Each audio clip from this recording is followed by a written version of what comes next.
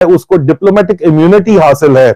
और इस diplomatic immunity की वजह से लाहौर हाई कोर्ट जो है वो FIA की दरखास्त को डस्टबिन में फेंक देती है, बाहर फेंक देती है, और कहती है नहीं अपनी मर्जी से आएगी और जाएगी। लेकिन अहम तरीन बात यह है कि डिप्लोमेटिक इम्यूनिटी इसको क्यों हासिल है। डिप्लोमेटिक इम्यूनिटी इसलिए इसको हासिल है कि एम्बेसडर एट लार्ज है लाइबेरिया का।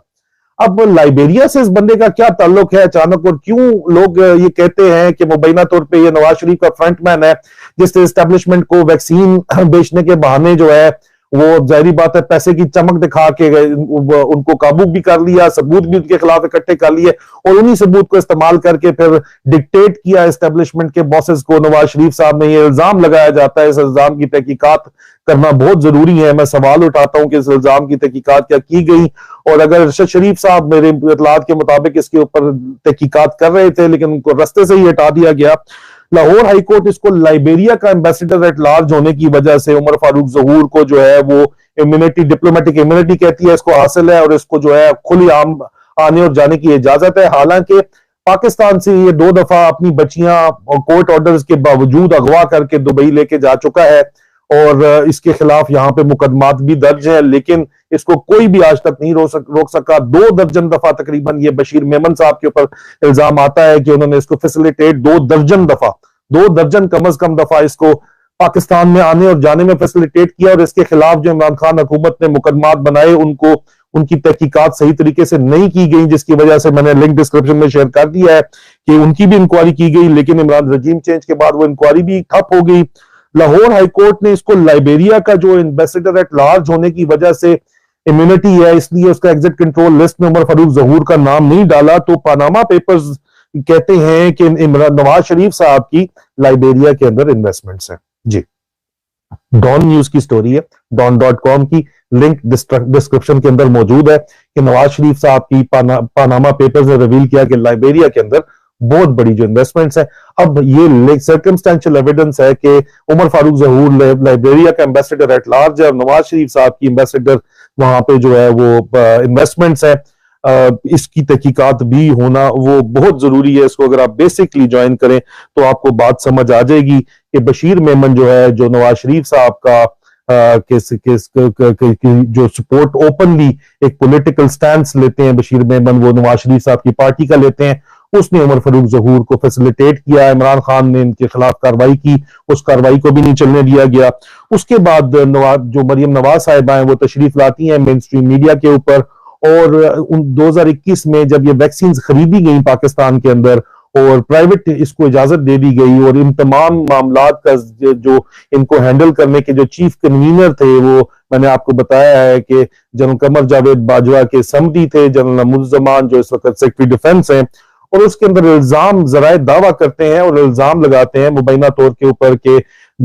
300 से 400 मिलियन डॉलर जो है वो दिए गए एस्टेब्लिशमेंट को, और उसके सबूत उमर फारूक जहूर ने इसलिए हासिल कर लिए कि बाद में भी जनरल अफजल हो गए या बाकी जो जनरल साहिबान हो गए, और उसमें जनरल बाजवा के बेटे का भी नाम आता है, और इंडिया का भी लिंक निकाला जाता है। अमित शाह के जरिए वहां पे अदानी के साथ कोई डील हुई, ये भी कोई मुबैना तौर के ऊपर कहा जाता है। इसकी भी तहकीकात होना जरूरी है, जिसकी वजह से रजीम चेंज के बाद हिंदुस्तान ने अपनी टोन पाकिस्तान के बारे में बिल्कुल चेंज कर ली, और हिंदुस्तान का जो एग्रेसिव मीडिया जो अटैक करता था सुबह शाम पाकिस्तान को, और जो वहां पे मेजर गोबर आरिया जैसे जो सोशल मीडिया पे एक्टिविस्ट हैं जो अटैक करते थे पाकिस्तान को, उन्होंने टोन बदल के उल्टा जनरल बाजवा की तारीफें करना शुरू कर दी, और इमरान खान के खिलाफ हाँ अलबत्ता उन्होंने जो है बड़े जोर से भौंकना शुरू किया जब इमरान खान ने लॉन्ग मार्च शुरू किया।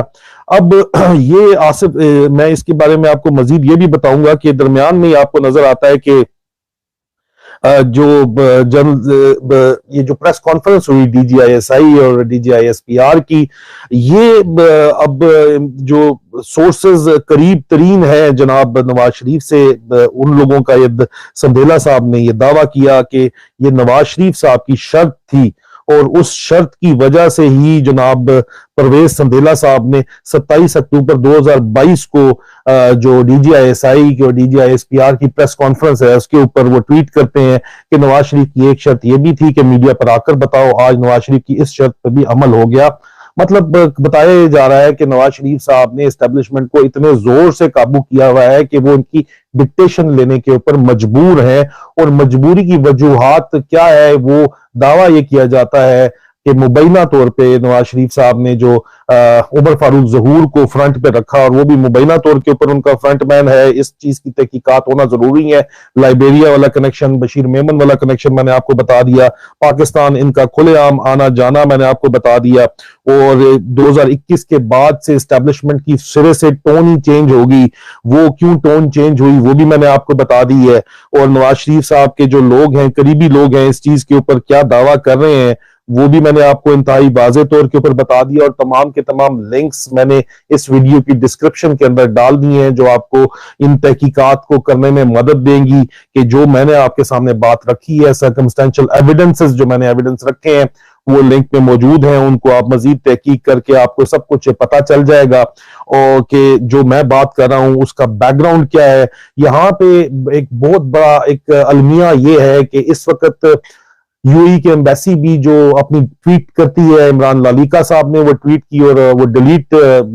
यूएई एम्बेसी ने ट्वीट करके डिलीट की, तो इमरान लालिका साहब ने ट्वीट करके यूएई एम्बेसी से पूछा कि ये ट्वीट क्यों आपने डिलीट कर दिया, स्क्रीनशॉट साथ उन्होंने शेयर किया, लिंक डिस्क्रिप्शन के अंदर मौजूद है। यूएई के ये डीसैलिनेशन प्लांट गवादर के ऊपर लगाया जा रहा है, जहां पे उमर फारूक जहूर, आर्मी चीफ जनरल बाजवा के साथ और तमाम टॉप बॉसेस उस वक्त जो आपके एस्टेब्लिशमेंट किया उनके साथ खड़ा हुआ है, मतलब उनका करीबी ताल्लुक वाज़ेह तौर के ऊपर जाहिर हो रहा है इस वक्त। ये यहाँ पे खदशे का इजहार किया जा रहा है कि जो एस्टेब्लिशमेंट है वो इस तरीके से एक क्रिमिनल, दो चीजें हैं, एक तो ब्लैकमेल हो रही है एस्टेब्लिशमेंट आपकी, और उसमें जाहिर बात है सिर्फ जनरल कमर बाजवा नहीं होंगे, उसके अंदर जाहिर बात है कि और भी एस्टेब्लिशमेंट जब काम करती है तो स्ट्रेटेजिक कंपल्शंस का वो बहाना वैसे तो जूनियर ऑफिसर्स को बताया जाता है, लेकिन ऊपर असल मामला जरूर डिस्कस होते हैं, तो असल मामला जरूर मेरे ख्याल में इस मामले पे डिस्कस हुए गए होंगे। और अब आप ताजा तौर के ऊपर जो है आप देखें कि एक बोल न्यूज सिर्फ बोल रहा है उनके खिलाफ, तो आज बोल न्यूज के मालिक शोएब सदीकी के खिलाफ भी जो है वो मीडिया कैंपेन के ऑर्डर्स मेरे जराए दावा करते हैं कि वो दे दिए गए हैं, और वो मीडिया कैंपेन उनके खिलाफ भी चलाई जाएगी, उनकी करेक्टर असैसिनेशन ये कैंपेन अभी चलाई जाएगी। यहाँ पे एक बहुत बड़ा खदशा जो इस वक्त सीनियर वेटरन्स मुझसे बात करके, बहुत सीनियर ऑफिसर्स जो मुझसे बात करके, रिटायर्ड जनरल साहिबान मुझसे बात करते हैं, वो कहते हैं कि हमारा खदशा ये है कि इस वक्त जो मौजूदा सर्विंग एस्टेब्लिशमेंट है वो क्रिमिनल, जो ये मनी लॉन्ड्रिंग कह ले या मनी मेकिंग नेटवर्क जो इंटरनेशनल माफिया है उसका हिस्सा एक इंस्टीट्यूशन के तौर पे तो नहीं बन गई। इस चीज के वो खदशे का इजहार कर रहे हैं, क्योंकि उमर फारूक जहूर जो है उसने अभी आपके सामने एस्टेब्लिशमेंट के टॉप बॉसेस जिसके जरिए उसने वैक्सीन बेची, जिसके खिलाफ उन्होंने, जाहिर बात है जो भी मामलात वहां पे, और पाकिस्तान वाहिद चंद बहुत ही गिनती के चंद मुल्कों में था जिसने ये वैक्सीन को प्राइवेट बेचने के ऊपर भी जो इजाजत दी। और स्पुतनिक वैक्सीन जो $10 की मिल रही है, $80 की मार्केट के अंदर बिक रही थी, उसमें किस किस ने कितना पैसा कमाया, ये बात पाकिस्तान के निजाम को जो भी जानता है वो अच्छे तरीके से उसको पता है कि निजाम किस तरह चल रहा है। और वैक्सीन को प्रोक्योर करने के लिए जो कन्वीनर थे वो भी आपको बता दिया, और ये जो सेल बनाया गया जिसको जनरल मुजीब जमानत हेड कर रहे थे, वो रजीम चेंज से 4 दिन पहले या 4 दिन बाद में उसको टोटल क्लोज कर दिया गया। अब ये भी बात जो है ये आपके सामने है, इसकी मजीद तहकीक की भी जरूरत है। सीनियर वेटरन्स ये खदशे का इजहार कर रहे हैं कि नवाज शरीफ साहब ने उमर फारूक जहूर को, अब तो ये घड़ी वड़ी वाला मामला तो बिल्कुल जो है वो खाम खा के अंदर उन्होंने छेड़ा है इमरान खान साहब को, इसके ऊपर मैं नहीं जाऊंगा। तोशा खाने का भी अरशद शरीफ शहीद ने जवाब दे दिया था, वीडियो का लिंक डिस्क्रिप्शन में मौजूद है, उस पर भी मैं नहीं जाऊंगा। मैं सिर्फ ये कहूंगा कि ये उमर फारूक जहूर एक मोहरा है, इस मोहरे को इस्तेमाल किया गया और इस मोहरे के जरिए खदशात का ये इजहार किया जा रहा है कि नवाज शरीफ साहब ने एस्टेब्लिशमेंट को काबू करके डिक्टेशन दी और अपने मर्जी के काम करवाए, और आज दिन तक करवा रहे हैं, अपनी मर्जी से प्रेस कॉन्फ्रेंस भी करवा रहे हैं। तो सिर्फ वो कहते हैं कि ये सिर्फ जराए इनके अलावा कहते हैं कि सिर्फ ये पैसों के जो सबूत हैं, मनी जो किक बैक्स के सबूत हैं, या इनकी इन्वेस्टमेंट्स के सबूत हैं, या इनके बच्चों को भी दुबई से शामिल किया गया, सिर्फ ये सबूत भी शामिल है। लेकिन उसके अलावा वीडियोस भी ऐसी कुछ कराची की हैं जिनका जिक्र जो है वो मरियम सफदर साहिबा और सफदर अवान साहब खुद करते हैं अपने मुख्तलिफ वीडियोस के अंदर। जो है 2021 में आपको पता चलेगा कि उन्होंने बड़े एग्रेसिवली इन चीजों का जिक्र किया हुआ है। इन वीडियोस भी ओपन सोर्सेज के ऊपर अवेलेबल है, उनकी भी इन्वेस्टिगेशन की जानी चाहिए। और इन खदशात का मेरे ख्याल में जायज ये एक खदशात हैं जिसमें ये कहा जा रहा है कि अरशद शरीफ शहीद इन्हीं तमाम सर्कमस्टेंशियल एविडेंस को लेके जो है एक जामिया सूरत के अंदर प्रेजेंट करने जा रहे थे, डॉक्यूमेंट्री भी बनाने जा रहे थे, अपने आइंदा आने वाले वीलॉग्स में अजब करप्शन की गजब ये जो कहानी है उसको एक्सपोज करने जा रहे थे, जिसकी वजह से उनको हमेशा के लिए खामोश करवा दिया गया।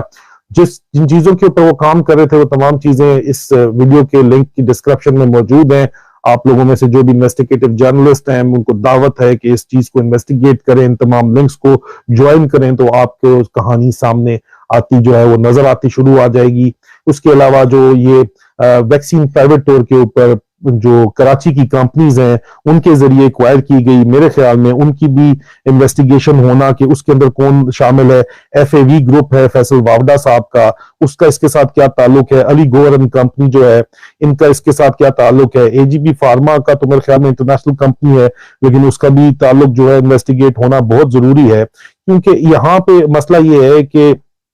यहाँ पे पूरे पूरे पाकिस्तान में जिस तरह इस वैक्सीन से पैसा कमाया गया, पूरी दुनिया में कमाया गया। उमर फारूक जहूर ने 5 मुल्कों के को वैक्सीन बेची, उनमें से पाकिस्तान एक मुल्क है, लेकिन पाकिस्तान को काबू कर लिया गया। पाकिस्तान की तमाम इदारों को इस वैक्सीन के बेचने के स्कैंडल के जरिए जो पैसे कमाए गए और पाकिस्तान के लोगों से पैसे कमाए गए, और उन्हीं पैसों के जरिए पाकिस्तान की पूरी जो आपने देखा कि हुकूमत के ऊपर काबू कर लिया गया, पाकिस्तान के अंदर तबाही आ गई, बैंक करप्शन के इस वक्त करीब है पाकिस्तान। तो इन तमाम चीजों की तहकीकात करना वो इंतहाई शदीद जरूरी है, और ये तमाम लिंक्स मैंने आपके सामने रख दिए हैं। इन लिंक्स के मुताबिक जो बात समझ आ रही है वो इंतहाई खौफनाक बात है, लेकिन मैं आप लोगों को दावत दूंगा कि अपना जहन इस्तेमाल करें, इनके ऊपर जरूर तहकीकात करें। लिंक्स मौजूद हैं, इनको पढ़ भी लें स्टोरीज को, और इन डॉट्स को जोड़ लें तो तस्वीर आपके सामने वाज़ेह हो जाएगी। इंशाअल्लाह बशर्ते जिंदगी इस मामले पे और बाकी मामलात के ऊपर मजीद बातचीत करने के लिए मैं हाजिर होऊंगा आपके पास। अपना अपने आसपास के लोगों का ख्याल रखिएगा। फी अमान अल्लाह।